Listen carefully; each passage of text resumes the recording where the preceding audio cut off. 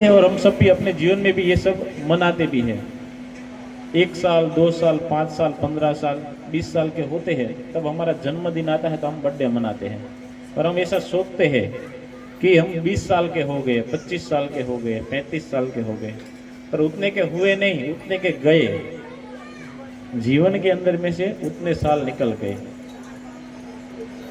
हम बड़ी प्रसन्नता से उस दिन को मनाते हैं, पर वास्तव में संत लोग, शास्त्र ऐसा बताता है उस दिन हमें रोना चाहिए। रोना क्यों चाहिए? क्योंकि हमारे जीवन का इतना कीमती समय व्यतीत हो गया। तो हमें क्या करना है और क्या नहीं करना है उसका वर्णन बताया गया है शास्त्रों के अंदर। तो शास्त्रों का हमें संग करना चाहिए और उस शास्त्र के माध्यम से हम समझ सकते हैं कि मनुष्य जीवन की वैल्यू क्या है।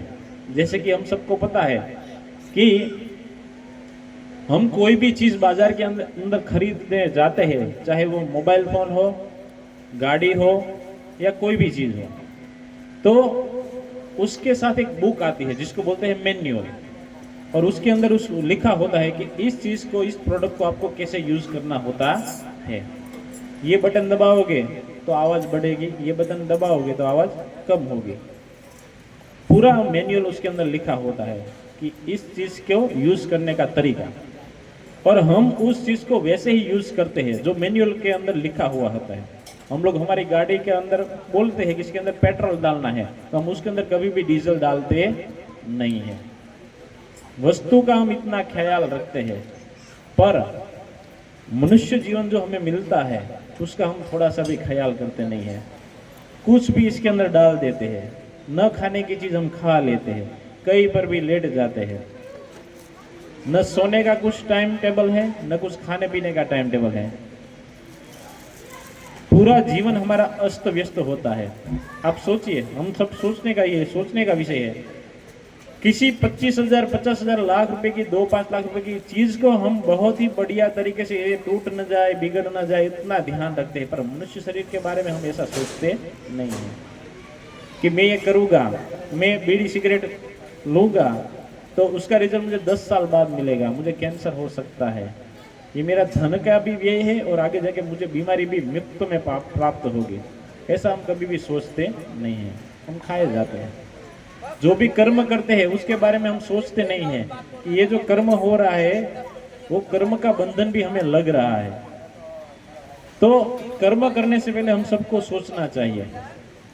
जैसा कि भगवत गीता के अंदर बताया गया है कि ये जो शरीर है ना, शरीर, ये शरीर से भी विशेष तत्व एक इस शरीर के अंदर है जो इस शरीर को चलायमान करता है। उसको क्या बोलते हैं? आत्मा। शरीर के अंदर से निकल जाना आत्मा का, उसको बोलते हैं मृत्यु। कई और लोग, मुसलमान लोग उसको रूह बोलते हैं, ख्रिस्ती लोग उसको सोल बोलते हैं, पर एक ही तत्व है। हिंदू लोग हम उसको बोलते हैं आत्मा, जीवात्मा। यानी कि हम शरीर में से जीवात्मा का निकल जाना, उसको बोलते हैं मृत्यु। इस जगत के अंदर हम सब लोग हैं, हमारे कुछ परिवार मिला है, ये समाज मिला है, ये देश मिला है, या जीवन की हमें जो परिस्थितियां मिली है, चाहे जीवन के अंदर जो सुख दुख है, ये सारे हमारे कर्म के कारण हमें मिले हैं। ये कर्म इस जीवन के भी हो सकते हैं, पूर्व जीवन के भी हो सकते हैं, और उसके पूर्व के जीवन के भी हो सकते हैं। कौन से जीवन के कर्म है वो हमें मालूम नहीं है, पर मिले जरूर है हमारे कर्म के फल। देखो, हम सबको मालूम है कोई भी क्रिया होती है ना, उसकी प्रतिक्रिया होती है। जैसे कि किसी गेंद को हम दीवार के ऊपर फेंकते हैं तो उतनी तेजी से वो हमारे पास वापस आ जाती है। ये क्रिया हुई क्या? फेंकने की। रिटर्न क्रिया हुई, प्रतिक्रिया वापस आई। तो कोई भी क्रिया की प्रतिक्रिया होती है। ऐसे ही कोई भी क्रिया हम लोग करते हैं, कोई भी कर्म करते हैं, तो उसका रिजल्ट हमें तुरंत मिल सकता है, 1-2 साल के बाद मिल सकता है, या 5-10 साल के बाद भी हमें मिल सकता है। फॉर एग्जाम्पल, अगर हम रास्ते पर से जा रहे हो और थोड़ी सी गाड़ी हमारे टच हो जाए किसी के साथ, तो उसको हम गाली देते हैं, तो तुरंत वो सामने हमें गाली दे देता है, तुरंत रिजल्ट मिला। हम उसको एक थप्पड़ मार देते हैं, वो भी हमें तुरंत मार देता है, तुरंत रिजल्ट। एक क्रिया हमने की, दूसरी क्रिया तुरंत हो गई। अगर कोई एक विद्यार्थी स्टूडेंट होता है, वो पढ़ता है तो उसको पूरे साल की पढ़ाई का रिजल्ट साल के अंत में मिलता है, पूरे साल की मेहनत का फल। वैसे ही कोई व्यक्ति पान मावा बीड़ी तंबाकू खाता है तो उसको 5 साल 10 साल 15 साल बाद उसका रिजल्ट मिलेगा कैंसर के रूप में। तो बुद्धिमानी उसके अंदर है कि मनुष्य जीवन मिलने पर व्यक्ति शास्त्र का संग करे और शास्त्र के में जो बताया है कि मनुष्य जीवन को कैसे व्यतीत करना है उसके हिसाब से व्यक्ति मनुष्य जीवन व्यतीत करे, उसी में वास्तविक बुद्धिमानी है। और शास्त्र को फॉलो करते हुए व्यक्ति इस भव सागर से तुरंत आसानी से इसको पार कर सकता है।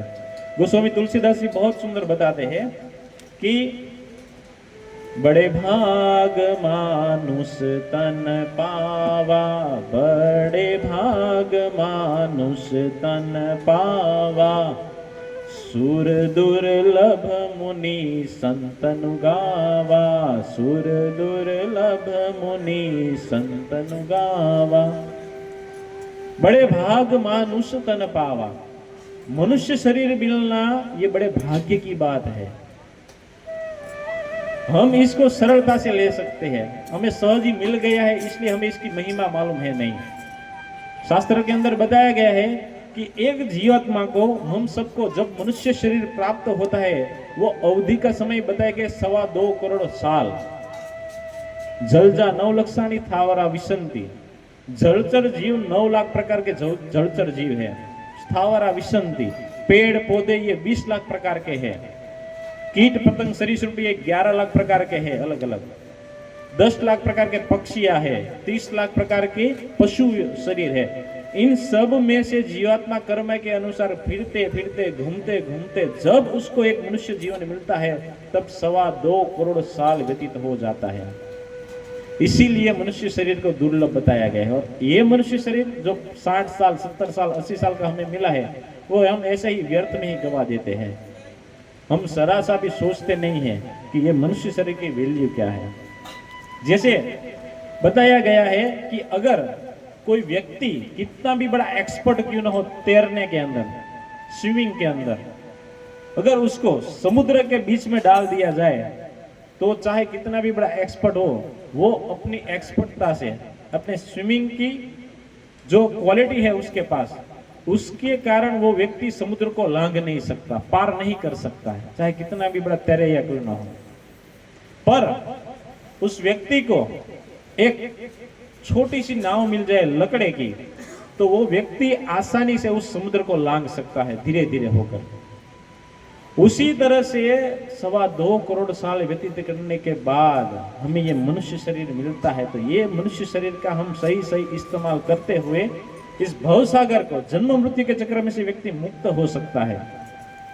तो ये नौका के समान है मनुष्य शरीर। इसीलिए शास्त्रों के अंदर मनुष्य शरीर को दुर्लभ बताया गया है, और कोई चीज दुर्लभ है नहीं। हमारे जीवन की समस्या ये नहीं है कि हमारे पास धन नहीं है, हमारी शादी नहीं हो रही है, हमें पुत्र नहीं प्राप्त हो रहे हैं, हमारे ऊपर कर्जा है। ये हमारे शरीर की समस्या है। जब तक ये शरीर है तब तक ये समस्या है। जब ये शरीर में से हम आत्मा निकल जाएगी, दूसरा शरीर मिल जाएगा, वहां पर नए परिवार होगा, नया पुत्र होगा, नया समाज होगा, नई जीवन की परिस्थितियां होगी। पर हम सब लोग तो ये शरीर के दुखों को ही निपटाने के अंदर लगे हुए हैं, दिन रात उसी के पीछे भाग रहे हैं।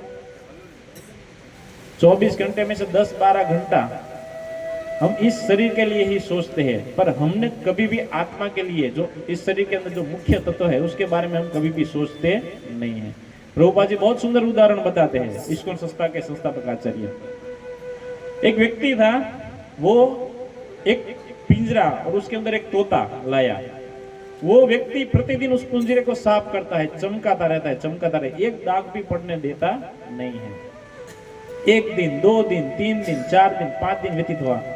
अंदर जो तोता था, पोपट था, वो मर गया। क्यों? क्योंकि वो पिंजरे को तो चमका रहा था, उसको तो साफ कर रहा था, पर उसके अंदर जो बैठा हुआ पोपट था उसको वो खाना दे रहा नहीं था। उसी तरह से हम ये पिंजरे, शरीर रूपी पिंजरे को ही हम दिन रात इसको सुख सुविधा प्राप्त करने के लिए लगे रहते हैं। इसको खाने के लिए, पहनाने के लिए, नहाने के लिए, अच्छी तरह से सुख सुविधा कैसे दे सके, उसी के लिए हम सब लोग दिन रात भागते रहते हैं। पर इसके अंदर जो मुख्य तत्व है जीवात्मा, उसके बारे में हम कभी भी सोचते नहीं है। तो बुद्धिमान व्यक्ति वो है जो मनुष्य शरीर प्राप्त करने पर जीवात्मा के बारे में, अपने खुद के बारे में सोचे कि मैं इस जन्म मृत्यु के चक्र में से कैसे मुक्त हो सकता हूं। ये पत्नी, पुत्र, परिवार ये थोड़े समय के लिए है। जैसे कि कोई व्यक्ति ट्रेन के अंदर मुसाफरी कर रहा होता है, तो उस ट्रेन के डिब्बे के अंदर कई सारे और भी मुसाफर होते हैं, उनके साथ हम बैठते हैं, थोड़ा बातचीत करते हैं, हम थोड़ा सा नाश्ता लाए होते हैं, प्रसाद लाए होते हैं, तो वो भी उनके साथ हम शेयर करते हैं, थोड़ा बहुत सुख दुख भी बांट लेते हैं। माता जी हम, प्रभु जी तो नहीं बांटते, प्रभु जी तो ऐसे खुन्नस निकाल कर बैठे रहते हैं, बोलना नहीं है, प्रभु जी नहीं बोलते। माता जी का सरल स्वभाव रहता है, वो तुरंत एक दूसरे से बात करने लगती है। तो एक स्टेशन से दूसरे स्टेशन, तीसरा स्टेशन, इस तरह से ट्रेन गति करती रहती है। और उस डब्बे के अंदर बैठे हुए किसी एक व्यक्ति का स्टेशन आ गया तो वो तुरंत नीचे उतर जाता है। उसी तरह से जब हमारा समय पूर्ण होता है इस शरीर के अंदर, तो हमें इस शरीर को भी छोड़ना पड़ता है। थोड़े समय के लिए पत्नी, परिवार, पुत्र जब मिले हैं, जैसे ही हमारा समय पूर्ण होता है शरीर को छोड़ना होता है। शरीर को छोड़ना उसको बोलते हैं मृत्यु। पर आत्मा कभी भी मरती नहीं है। भगवद गीता के अंदर बहुत सारे श्लोक है जिसके अंदर आत्मा का वर्णन है। दूसरे अध्याय में खास करके इसका वर्णन है। उसके अंदर एक श्लोक है, दूसरे अध्याय का 27 नंबर का श्लोक, जातस्य हि ध्रुवो मृत्यु ध्रुवम जन्म मृतस्य च तस्माद् परिहर्याथे नत्वं शोचितुमर्हसि। जिनका जन्म है उसका मृत्यु निश्चित है। शरीर का जन्म होता है, इसलिए शरीर की मृत्यु है, पर आत्मा का कभी भी जन्म होता नहीं। देहि नित्यम अवध्योयम, दूसरे अध्याय का ही श्लोक है। देही का जन्म होता है। देही यानी ये शरीर देह है, और इसके अंदर जो विराजमान है उसको बोलते हैं देही। देही नित्यम, जो अंदर रहेला जो तत्व है जीवात्मा, वो नित्य है, शाश्वत है, उसकी कभी भी मृत्यु होती नहीं है। कर्म के अनुसार वो अलग अलग शरीर को प्राप्त होता रहता है। पर यह कर्म का बंधन केवल मनुष्य शरीर में ही होता है, ये हमें समझना चाहिए। पशु शरीर के अंदर हमारा कर्म के अनुसार जन्म होता है, तो पशु शरीर के अंदर किसी भी प्रकार का कर्म का बंधन नहीं है। अगर हम ये सोचे कि कुत्ता है वो भी बिल्ली को मारकर खा जाता है, तो उसको भी कर्म का बंधन लागू पड़ेगा, पर ऐसा नहीं है।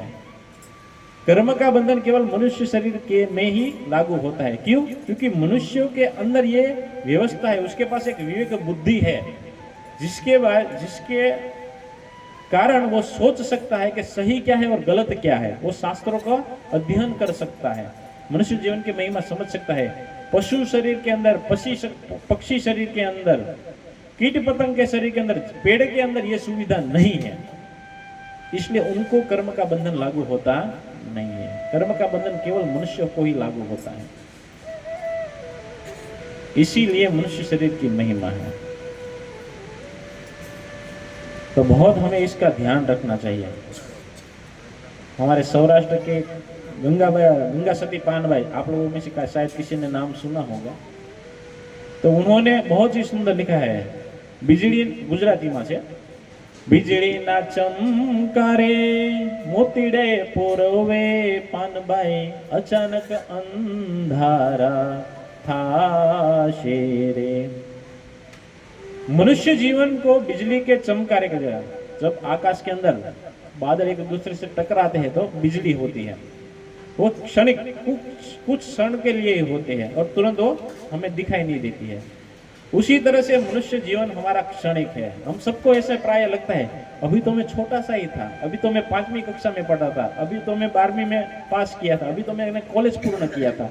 और इस तरह से हमारे जीवन का 25 साल, 30 साल, 35 साल, 50 साल निकल जाता है, हमें मालूम रहता नहीं है। तो बिजली का चमकारे के जैसा हमारा मनुष्य शरीर है, जीवन है, कब पूर्ण हो जाए वो हमें मालूम है नहीं।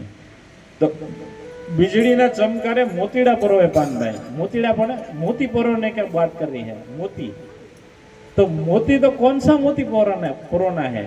धागे के अंदर मोती परोते हैं, तो मोती है कृष्ण नाम का मोती, राम नाम का मोती। हम सबको मालूम है किसी की मृत्यु हो जाती है तो उसके पीछे हम सब लोग क्या बोलते हैं? राम नाम सत्य है, राम नाम सत्य है। ये राम नाम सत्य है, राम नाम सत्य है, हम बोलते तो है पर मानते नहीं है। वास्तव में हमें ऐसा लगता है कि जो व्यक्ति लेटा हुआ है उसके लिए ये है, उसके लिए तो है, पर सबसे ज्यादा वो हमारे लिए है। हमें उनको देखकर ये सोचना चाहिए कि आज नहीं तो कल हम भी ये फोटो के अंदर आने वाले हैं। इनमें से कोई ऐसा व्यक्ति नहीं है कि जो फोटो के अंदर कभी ना कभी न आएगा। हर व्यक्ति इस फोटो के अंदर आने वाला है। तो ये व्यक्ति तो चला गया, पर हमारे पास अभी ये शरीर है और ये शरीर के माध्यम से हम अभी भी भगवान का नाम ले सकते हैं। तो हमें भगवान का नाम को लेने का प्रयास करना चाहिए। बहुत ही सुंदर भागवत महात्मा की ये कथा है। अगर किसी के पितृ के पीछे, हम सब लोग को मालूम है कि भागवत कथा बैठती है 7 दिन की, तो उसके पूर्व में पहले दिन भागवत महात्मा की कथा आती है। पद्म पुराण के अंदर ये कथा है। ऐसा वर्णन है, अगर कोई व्यक्ति इस कथा को सुनता है तो ऐसा बोलता है, देखो ये सार मैं बता रहा हूं, सार अंत में बताया जाता है कोई भी कथा का, पर मैं पहले बता रहा हूं। पहले इसलिए बताता हूं क्योंकि आप लोग ध्यान से सुने कि क्या इसकी महिमा है। अगर हमें ये मालूम हो जाए कि हम ये बिजनेस करेंगे तो हमें 50 लाख रुपए मिलेंगे, तो हम कितना उत्साही रहते हैं। तो उसी तरह से सार पहले मालूम हो जाएगी, ये कथा सुनने का ये सार है, तो हम उत्साह से ध्यानपूर्वक इसको सुनते हैं। अगर मैं लास्ट में आपको सारा बताऊंगा तो आपको बोलेंगे कि अरे प्रभु जी आपको पहले बताना चाहिए था ना, तो हम ध्यान से सुन। तो अभी मैं इसलिए बता रहा हूं। अगर कोई व्यक्ति ये भागवत महात्मा की कथा सुनता है तो इसके अंदर बताए गए 5 चीज होती है। बोलता है कि वो व्यक्ति जो ये कथा सुनता है वो परम पवित्र बन जाता है, पवित्र। दूसरा, जो कोई व्यक्ति ये कथा सुनता है तो उसके जीवन के अंदर सुकृति प्रकट होती है। सुकृति प्रकट होती है यानी पुण्य नहीं, सुकृति। अगर किसी व्यक्ति के जीवन के अंदर सुकृति प्रकट होती है तभी वो व्यक्ति भजन कर सकता है। तभी उसके जीवन में ये जिज्ञासा कि मैं कौन हूं, भगवान कौन है, मेरे जीवन के अंदर इतने सारे दुख क्यों है, मैं दुख को निपटाने का प्रयास करता हूं, न चाहते हुए भी मुझे मेरे जीवन में इतना दुख क्यों आ रहा है। सुखी होने के लिए मैं दिन रात भागता हूं, पर सुख जीवन में आता नहीं है, आता है तो टिकता नहीं है। अगर व्यक्ति के जीवन में सुकृति प्रकट होती तो उसके दिमाग में ये प्रश्न होते हैं, और यही प्रश्न के कारण उसके आध्यात्मिक जीवन की शुरुआत होती है। वो एक कदम आगे बढ़ता है भगवान की ओर। तो बोलते हैं कि अगर कोई व्यक्ति ये कथा सुनेगा तो उसके जीवन में सुकृति प्रकट होगी। तीसरा बोलता है उसके सारे पाप नष्ट हो जाएंगे। आगे कहते हैं अगर कोई व्यक्ति ये कथा को सुनता है प्रेम से, श्रद्धा से, भाव से, तो उसके पितृ तृप्त हो जाते हैं। पितृ, देखो हम सबको मालूम होना चाहिए कि हम सबके ऊपर कई प्रकार के ऋण है। जैसे कि पितरों का ऋण है, हमारे पितरों के द्वारा हमें उनकी द्वारा अर्जन की गई हुई संपत्ति, प्रॉपर्टी प्राप्त होती है। सबसे बेस्ट ये शरीर हमें हमारे पितरों के द्वारा मिला है, हमारे माता पिता के द्वारा मिला है, उनका भी हमारे ऊपर ऋण है। ये सब पितरों में आते हैं। धन संपत्ति, हम उनके वारिश होते हैं। पितृ का ऋण होता है। ऋषि मुनियों का ऋण है। ऋषि मुनियों का ऋण क्या है? जिन्होंने हमें वेद और शास्त्र प्रदान किए, और इसके माध्यम से हम इस भवसागर से हम पार हो सकते हैं। ये प्रकृति का ऋण है। प्रकृति के द्वारा हम सब ये प्रोवाइड होता है। ये लकड़ी, ये हवा, अग्नि, ये प्रकृति के द्वारा मिलती है, तो उनका भी हमारे ऊपर ऋण है। तो मनुष्य शरीर मिलने पर इस ऋणों से हमें मुक्त होना चाहिए। तो यहाँ पर बताते हैं कि पितरों की तृप्ति हो जाती है। आगे बोलते हैं अगर कोई व्यक्ति इस कथा को सुन लेता है तो वो इस जन्म मृत्यु के चक्र में से मुक्त होकर वो कभी भी इस संसार में वापस आता नहीं है। ये 5 चीजें एक इस कथा को सुनने से प्राप्त होती है। पद्म पुराण 5वां अध्याय और 90 नंबर के श्लोक के अंदर ये वर्णन है। अभी हम ये कथा सुनने का प्रयास करेंगे। तो पद्म पुराण के अंदर ये भागवत महात्मा की कथा है। कि अगर कोई व्यक्ति का शरीर छूट जाता है तो उसका उद्धार कैसे किया जाता है। बहुत सुंदर कथा है। अगर किसी व्यक्ति, हमारे पितृ जो होते हैं, उनकी तृप्ति के लिए, उनकी प्रसन्नता के लिए, उनकी मुक्ति के लिए कोई व्यक्ति भागवत कथा का श्रवण करता है तो उनके पितृ जहां पर भी होते हैं वहां पर फेस्ट मनाते हैं, नाचते हैं। तो बताते हैं कि तुंगभद्रा नदी के तट पर एक आत्मदेव नामक ब्राह्मण रहता था।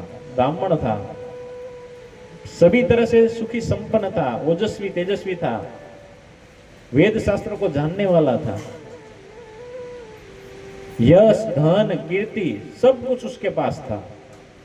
उसकी सुंदर एक पत्नी भी थी जिसका नाम था धुंधली। सारे प्रकार के सुख होने के बावजूद, यश कीर्ति धन संपत्ति ये सब होने के बावजूद जीवन के अंदर एक दुख था। क्या दुख था? पुत्र नहीं था। और ये पुत्र न होने के कारण वो सदैव दुखी रहता था। हम सबकी भी यही स्थिति है। अच्छा परिवार मिला होता है, अच्छी पत्नी मिली होती है, फिर भी जीवन में कुछ घटता हो, चाहे वो धन हो चाहे वो पुत्र हो, तो हमारा ध्यान वहीं पर भी टिका रहता है। एक दुख के कारण हमारे जीवन में 10 सुख की स्थितियां है, उसका हम लाभ लेते नहीं, और एक ही दुख के पीछे हम लगे रहते हैं कि ये दुख है, ये परेशानी है, और उसी के कारण हम दुखी रहते हैं, नित्य चिंता में रहते हैं। तो यहां पर भी ऐसा ही था।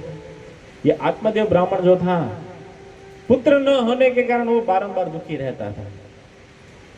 और एक बार तो उनका दुख इतना बढ़ गया कि उन्होंने निश्चय कर लिया कि अभी ऐसे जीवन का क्या करें कि अगर कोई संतान न हो तो मैं जंगल के अंदर चला जाऊंगा और वहां पर जाकर मैं अपने प्राण त्याग दूंगा। वन के अंदर चला गया वो आत्महत्या करने के विचार से। वहां पर गया और वो सोच रहा था कि ये नदी है, नदी के अंदर गिरकर मैं अपना शरीर छोड़ दूंगा। उसी समय उस वन के अंदर एक सन्यासी ब्राह्मण आते हैं और वो देखते हैं ये तो कोई ब्राह्मण दिखता है, मुखमंडल के ऊपर इतना सारा तेज है, पर इसके मुख के ऊपर दुख भी है। हमारा मुख जो होता है ना, वो हमारा आईना होता है। मुख को देखकर हमें मालूम पड़ सकता है कि ये व्यक्ति परेशान है कि सुखी संपन्न है। देखो, प्रायः इस जगत के अंदर हम किसी को भी पूछते हैं ना कैसे हो, तो बोलेगा बढ़िया, गुड। पर हर व्यक्ति के पास अपना कुछ ना कुछ सेपरेट दुख रहता है। 10 मिनट उसके पास बैठो वो तुरंत उगलना चालू कर देगा। पहले तो बताएगा बहुत अच्छे है, बढ़िया है, फर्स्ट क्लास, वेरी गुड, फिर तुरंत चालू करेगा ये परेशानी है, धंधा ठीक से चल नहीं रहा है, पत्नी से थोड़ा कलह हो गया है, बच्चे बात नहीं मान रहे हैं, लोन लिया था अभी हफ्ते का टेंशन है। ये सारे प्रकार के दुख वो बोलना शुरू कर देंगे। तो वैसे ही यहां पर बताते हैं कि ये जो सन्यासी ब्राह्मण था वो उनकी आभा को देखकर समझ जाता है कि ये परेशान है। तुरंत उसके पास जाते हैं और बोलते हैं कि आपके मुखमंडल पे इतना तेज है, आप दिखने में तो ब्राह्मण लगते हो, तो यहाँ पर वन में अकेले क्या कर रहे हो? तो तुरंत बताता है आत्मदेव ब्राह्मण कि मैं क्या करूं, मैं बहुत दुखी हूँ, मेरे जीवन में सभी प्रकार का यश कीर्ति धन संपत्ति सब कुछ है, पर मेरे जीवन में एक दुख है, मेरे पास पुत्र नहीं है, और ये पुत्र की कामना से मैं बारंबार दुखी रहता हूँ, और अब मैंने ऐसा निश्चय किया है कि अब मैं अपना शरीर छोड़ दूंगा। तो वो जो ब्राह्मण होता है, वो सन्यासी होता है, वो उसको आत्म तत्व का ज्ञान देता है, पर उसको पल्ले पड़ता नहीं है। वो उनका लाड देखकर बोल देता है, हे आत्मदेव ब्राह्मण, तुम इस जन्म में आत्महत्या करके अपना शरीर छोड़ दोगे, पर इस जन्म में नहीं, अगले 7 जन्म में आपको पुत्र की प्राप्ति नहीं होगी। ये आत्मदेव ब्राह्मण और रोने लगा, फूट फूट कर रोने लगा, उनके चरणों में गिर गया। पर था ब्राह्मण, इसलिए बुद्धिमान था, समझ गया कि मेरे ललाट को देखकर अगर कोई व्यक्ति 7 जन्म के बारे में मुझे बता सकता है तो वो मुझे पुत्र भी प्रदान कर सकता है। उनके चरणों में गिर गया, चरणों को पकड़ लिया और बोला कि हे ब्राह्मण सन्यासी, अब कृपा करके आप ही मुझे पुत्र प्रदान कीजिए। अगर आपने पुत्र प्रदान नहीं किया तो मैं आपके चरणों में ही हमारा शरीर छोड़ दूंगा और आपको ब्रह्म हत्या का पाप लगेगा। वो बोला, सन्यासी मैं तो इसकी मदद करने के लिए आया था और मैं तो मेरे ही गले पड़ गया, बारंबार उसको समझाने का प्रयास करता है, पर समझने को तैयार होता नहीं। इसी भागवतम के अंदर एक और कथा है चित्रकेतु महाराज की। जो चित्रकेतु महाराज थे उनको भी पुत्र नहीं था, वे भी दुखी रहते थे। नारद जी एक बार उनके घर आए तो उन्होंने कहा कि मुझे पुत्र नहीं है, कृपा करके मुझे पुत्र प्रदान कीजिए। नारद जी कहा कि नो, रहने दो, भजन कीजिए। मनुष्य जीवन का परम लक्ष्य भगवत प्राप्ति है, नहीं है तो नहीं है, कर्म के अनुसार नहीं है। बहुत समझाने का प्रयास किया पर वो माने नहीं है। तो उनकी कृपा से उनको एक पुत्र की प्राप्ति हुई। पुत्र की प्राप्ति हुई, अनेकों रानियां थी राजा को, तो जिस रानी से उनको पुत्र की प्राप्ति हुई, सहज उनके महल में वो ज्यादा जाने लगे पुत्र की प्रीति के कारण। तो वहां पर वो ज्यादा जाने लगे, अन्य रानियों को वो समय कम देने लगे। तो अन्य रानियों ने ऐसा विचार किया कि आगे जाके ये जो बच्चा है वो राजा बनेगा, इनकी माता है वो राजमाता बनेगी और हम सब दासियां बन जाएगी। क्या करें, राजा हमारी ओर ध्यान नहीं दे रहे। तब उस सारी अन्य रानियों ने ऐसा विचार किया कि इस पुत्र को ही मार डालते हैं। जहर लिया, वो पुत्र के खाने में मिलाया और खाने में वो पुत्र को दे दिया और वो राजकुमार मृत्यु हो गई उसकी। दासी आई तुरंत भागती भागती राजा के पास, रानी के पास, जल्दी चलिए जल्दी चलिए, क्या हुआ, क्यों इतनी परेशान हो, क्यों इतनी दुखी हो। तो बताते हैं कि कुंवर जो है हमारे वो उठ नहीं रहे हैं। तुरंत उनके पास जाकर देखा तो शरीर पूरा नीला पड़ चुका था, मृत्यु हो गई थी। क्रंदन करने लगे, रोने लगे। उसी समय नारद जी आए वहां पर, और नारद जी आए, उन्होंने बताया कि मैंने आपको बोला था ना कि यही आपका दुख का भी कारण बनेगा, यही आपका सुख का भी कारण बनेगा। जब ये आपको प्राप्त हुआ तो आप कितने सुखी हुए थे, आज ये नहीं रहे तो कितने दुखी हो रहे हो। बस उस राजा को भ्रम में से निकालने के लिए तुरंत नारद जी ने उस पुत्र को खड़ा किया और खड़ा करके बताया कि बोलिए आप क्यों रो रहे हैं राजन, क्यों रोए। अपने पिता को बोल रहा है, उनके साथ संवाद करता है। ये बहुत सारे श्लोकों के अंदर ये वर्णन है, पर हमारे पास समय नहीं है इसलिए। तो बोलते हैं कि आप क्यों रो रहे हैं, ठीक है, हाँ पुत्र करे। उन्होंने उनको गले लगा लिया। आप कहाँ चले गए थे, मैं तो आपके व्यूअर्स के अंदर मेरे भी प्राण चले जाते हैं, मैं आपसे कितना प्रेम करता हूँ, अब मुझे कभी भी छोड़कर मत जाना। इस तरह से वो राजा और उसकी रानी दोनों प्रेम करने लगे अपने पुत्र को।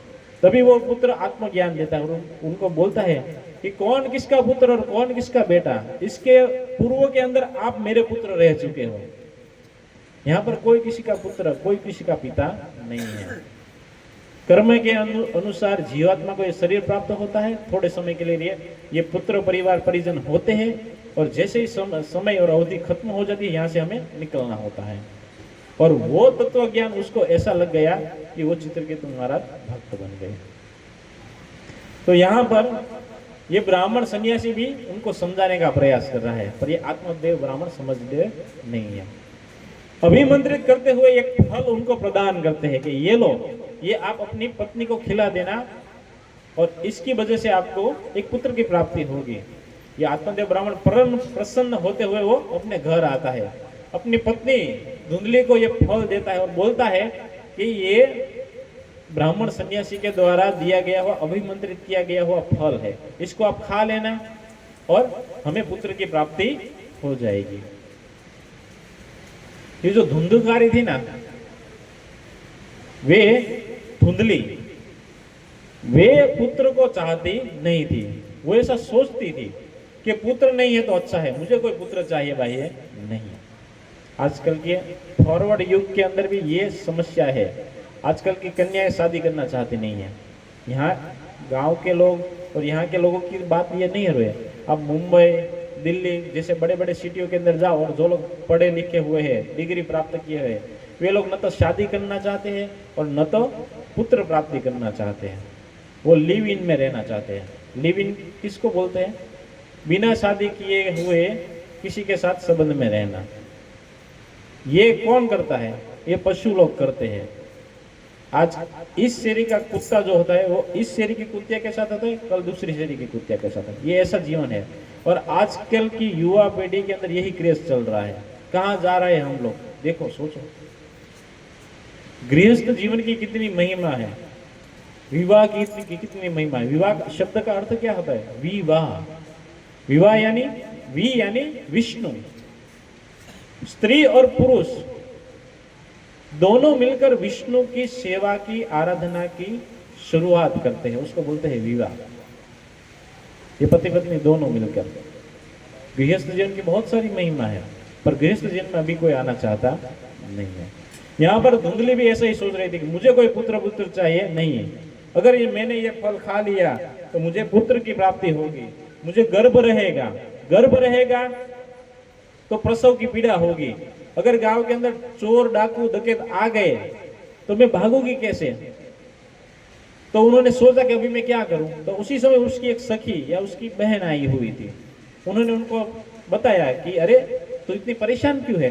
उन्होंने अपनी परेशानी बताई। ये पतिदेव फल लाए हैं, वो मुझसे पुत्र की प्राप्ति चाहते हैं और मैं पुत्र चाहती नहीं हूं।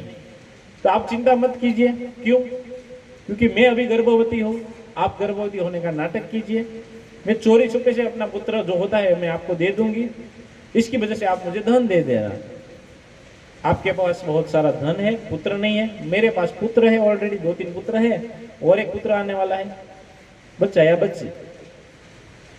अगर वो मैं आपको दे दूंगी, उसके बदले में आप मुझे धन दे देना। इस तरह से डील होती है दोनों के बीच में। यहाँ पर ऐसा ही करते हैं। ये फल का क्या करूं? तो वही सखी उनको बोलते हैं कि ये जो आपके जो गाय है उसको आप खिला दीजिए।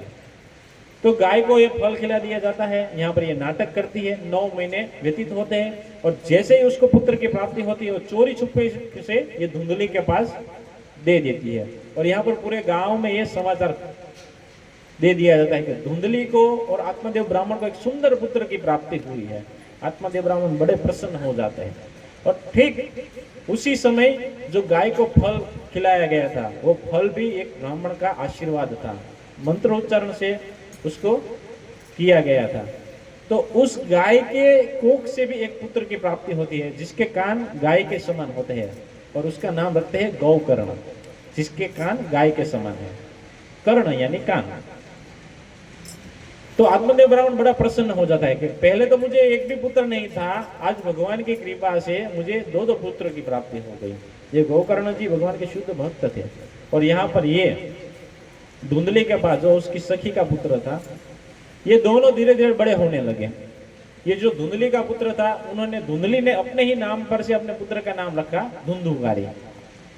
ये धुंधुकारी महाखल यानी ये सभी प्रकार के पापी आचरण का प्रवृत्ति वाला था। मांसाहार करता था, जुगार खेलता था, पर स्त्री संग करता था। और इसके इस कार्य की वजह से आत्मदेव ब्राह्मण बड़े दुखी हो गए कि ये मेरा कैसा पुत्र है जिसकी प्राप्ति के लिए मैंने इतनी मन्नतें मांगी थी, इतना प्रयास किया था, और ये पुत्र ऐसा हुआ जो मुझे इतना सारा दुख दे रहा है। तुरंत अपने दूसरे पुत्र के पास जाते हैं, गौकर्ण जी के पास, और वो बताते हैं कि अभी मैं क्या करूं, ये मुझे दुख दे रहा है, ये इतना पापी है, खल है। गौकर्ण जी उनको सुंदर उपदेश देते हैं, हे पिताजी आप देहात्म बुद्धि से ऊपर उठिए। यहाँ पर कोई किसी का पुत्र नहीं है, कोई किसी का पिता नहीं है। मनुष्य शरीर मिला है तो खुद के उद्धार के बारे में सोचिए, न तो किसी के गुण देखिए न तो किसी का दोष देखिए। गुण और दोष दोनों देखने के लिए मना किया। हमें यह प्रश्न हो सकता है कि गुण क्यों नहीं देखना चाहिए? गुण देखना तो अच्छी बात है। वो बताते हैं उसी के तात्पर्य के अंदर कि अगर हम किसी का गुण देखेंगे ना तो उसका भी हमें चिंतन होगा, इसलिए गुण को नहीं देखना चाहिए। चिंतन करने लायक केवल भगवान है, इसलिए भगवान के गुणों को ही देखना चाहिए। भगवान और भगवान के शुद्ध भक्तों के गुणों को ही देखना चाहिए, वही चिंतन करने के लायक है। तो इस तरह से आत्मज्ञान उनको देता है और आत्मज्ञान प्राप्त करते ही तुरंत सब कुछ छोड़कर आत्मदेव ब्राह्मण वन में चले जाते हैं, भगवान की भक्ति करते हैं और भगवत प्राप्ति करते हैं। वो अपना शरीर छोड़ देते हैं। यहाँ पर क्या होता है, ये जो धुंधुकारी होता है, पिता चले गए, माता के लिए रही। एक दिन शराब पीकर आया, अपनी माता को खूब मारा और उसका इतना मारा कि वो धुंधुकारी की मां धुंधली वो भी परेशान हो गई और उसने अपने ही कुएं, घर के आंगन के कुएं के अंदर गिरकर शरीर छोड़ दिया। न तो माता रही न तो पिता रहे, किसी का कंट्रोल उसके ऊपर रहा नहीं। अभी दे बेफाम हो गया। 5 वेश्याओं को लाया अपने घर पर और अपने घर पर अपने साथ रहने लगा। मांसाहार करता, किसी को भी पीट कर उसका धन ले लेता, जुआ खेलता, और ये 5 जो स्त्री थी उसका जो भी सुख सुविधा चाहिए उसको वो प्रोवाइड करता था।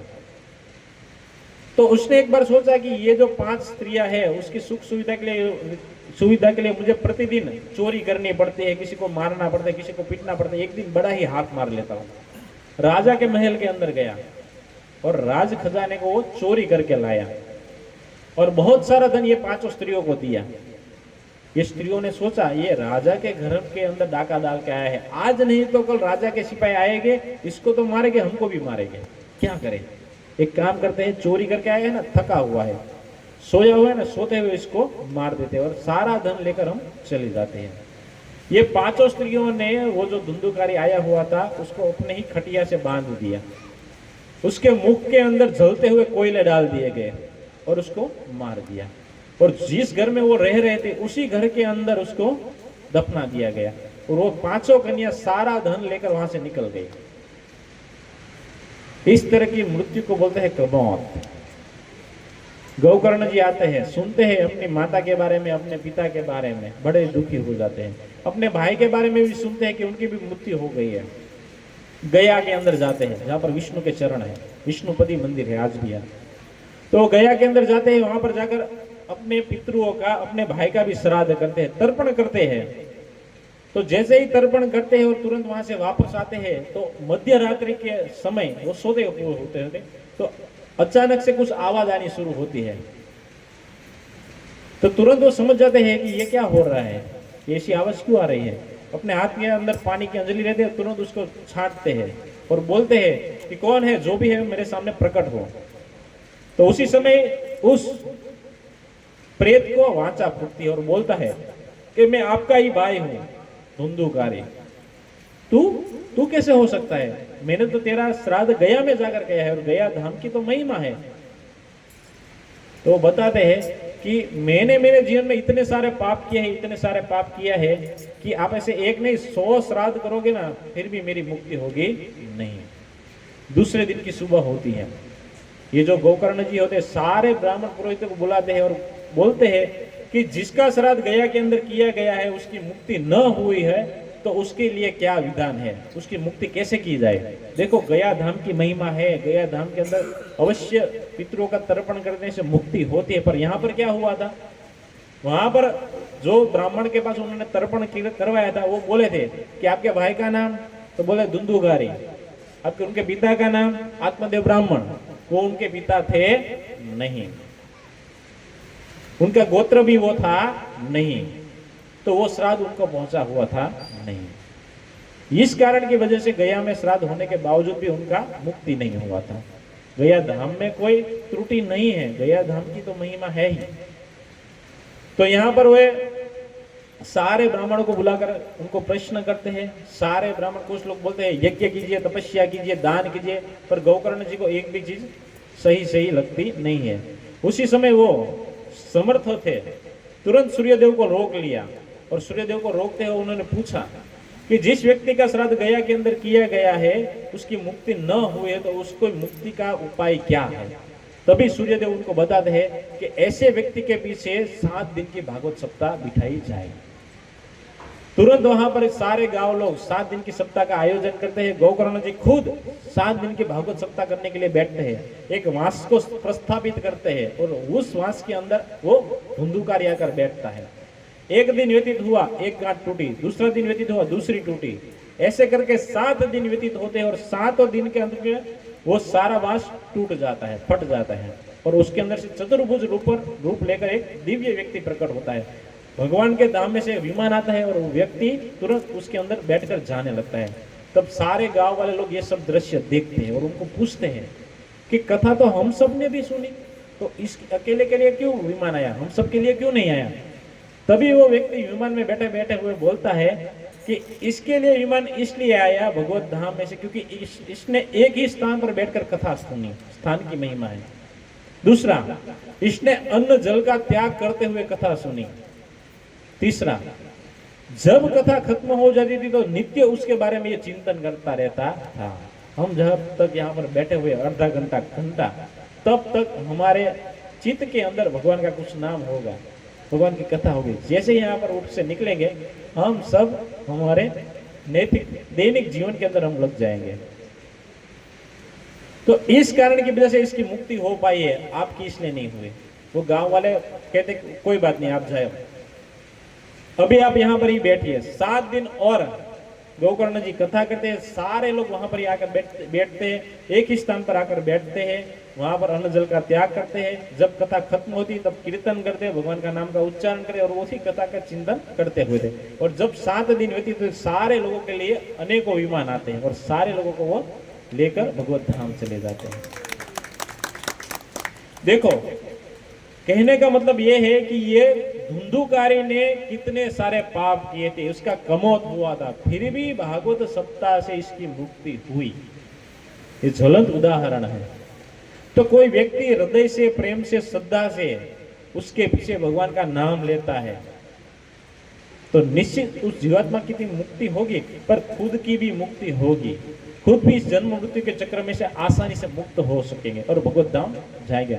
जो व्यक्ति, जो जीवात्मा भगवत धाम चला जाता है, वो कभी भी इस जन्म मृत्यु के चक्र में वापस आता नहीं है।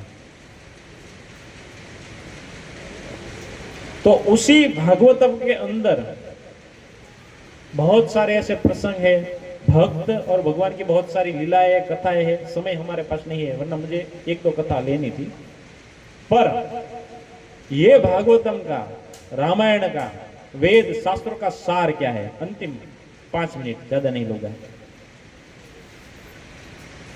तुलसीदास जी रामचरितमानस उठा लीजिए, अंत में क्या लिखता है? वो बोलते हैं कि कलयुग केवल नाम आधारा, कलयुग केवल नाम आधारा। कलयुग केवल नाम आधारा। कलयुग में भगवान के नाम से भगवान की प्राप्ति हो सकती है। इसी भागवतम के 12वें स्कंद के अंदर, अंतिम अध्याय के अंदर 51 नंबर का शायद श्लोक है, 51-52 नंबर का। कृते यत ध्यायतम विष्णु त्रेतायाम युजतो मुखे द्वापरे परिचर्याम कलो तत हरि कीर्तनाद। जिस भगवान की प्राप्ति सतयुग के अंदर, कृते यत ध्यायतम विष्णु, भगवान के ध्यान से होती थी। सतयुग के अंदर व्यक्ति की आयुष्य 1 लाख साल की थी, तब 30,000, 35,000, 36,000 साल तक व्यक्ति तपस्या करता था। अभी के समय में तपस्या करना संभव नहीं है। 1 घंटे यहाँ पर सीधा बैठने को बोला जाए तो भी व्यक्ति सीधा बैठ सकता नहीं है। तपस्या करने के बाद तो बहुत दूर रही। कृते ध्यायतम विष्णु त्रेतायाम युजतो मुखे।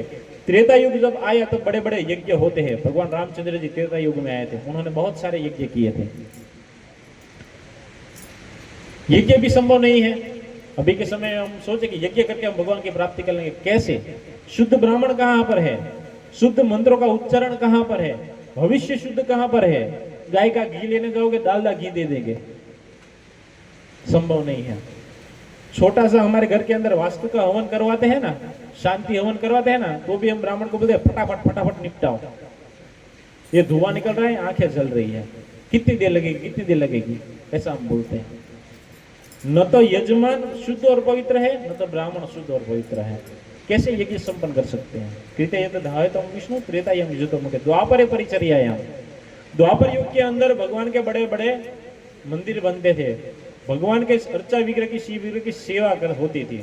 सुबह में ब्रह्म मुहूर्त में जगना, उनको बहुत सारे व्यंजन का भोग लगाना, ड्रेसिंग करना। अभी किसी को बोला जाए कि भगवान की सेवा पूजा कर लो तो कौन करेगा? नहीं करेगा। 8 बजे तो ऑफिस पहुंचना होता है, कैसे कर सकेंगे? नहीं कर सकेंगे। कृते यत ध्यायतम विष्णु त्रेतायाम युजतो मुखे द्वापरे परिचर्यायाम कलो तत हरि कीर्तनाद। कलयुग में जिस भगवान की प्राप्ति सतयुग में ध्यान से, त्रेता में यज्ञ से, द्वापर में परिचर्या से, उसी भगवान की प्राप्ति कलयुग में केवल भगवान के नाम के कीर्तन मात्र से हो सकती है।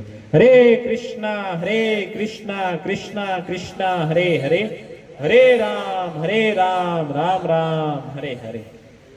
ये नाम है, नाम की बहुत सारी महिमा है। तो हम कई सारे ऐसे श्लोकों के अंदर वर्णन है, हरे नाम हरे नाम एव केवलम कलो नास्ति व नास्ति गतिरन्यथा। संस्कृत के अंदर एक ही श्लोक 2 बार नहीं आता है, पर इस श्लोक के अंदर 3 बार आया है, हरे नाम।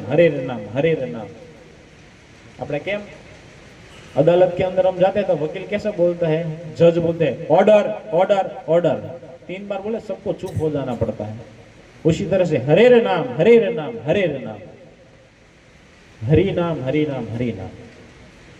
नाम नामकारी बहुधा निज सर्वसिद्धि सतता पिता नियमित स्मरणे न काल एतादशी तव कृपा भगवान मवापि दुर्दैव में दृश्य मिहाजनी नानुराग। भगवान ने अपनी सारी शक्ति भगवान के नाम के अंदर डाल दी है। देखो, जिस परीक्षित महाराज का भगवान ने रक्षा गर्भ के अंदर जाकर खुद की, उसी परीक्षित महाराज ये भगवान की कथा सुनते सुनते भगवत धाम चले गए। भगवान ने रक्षा की तो परीक्षित महाराज को क्या मिला, जीवन दान तो मिला, पर फिर भौतिक जगत मिला उनको। भगवान की रक्षा से उनको भौतिक जगत मिला, पर उसी भगवान की कथा सुनते हुए, भगवान का नाम लेते हुए उन्होंने भगवत धाम को प्राप्त कर लिया। भगवान से भी श्रेयस्कर भगवान का नाम है। अगर ऐसा बोला जाए तो इसमें अतिशयोक्ति नहीं होगी। तो आज जो ये अनिल प्रभु है, उनके पीछे ये सत्संग रखा गया है।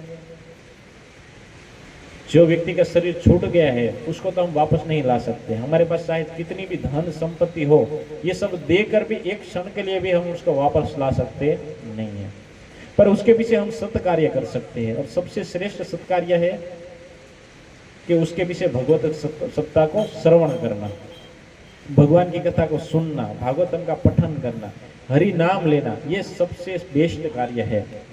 और उसी के लिए आज हम सब लोग इकट्ठे हुए।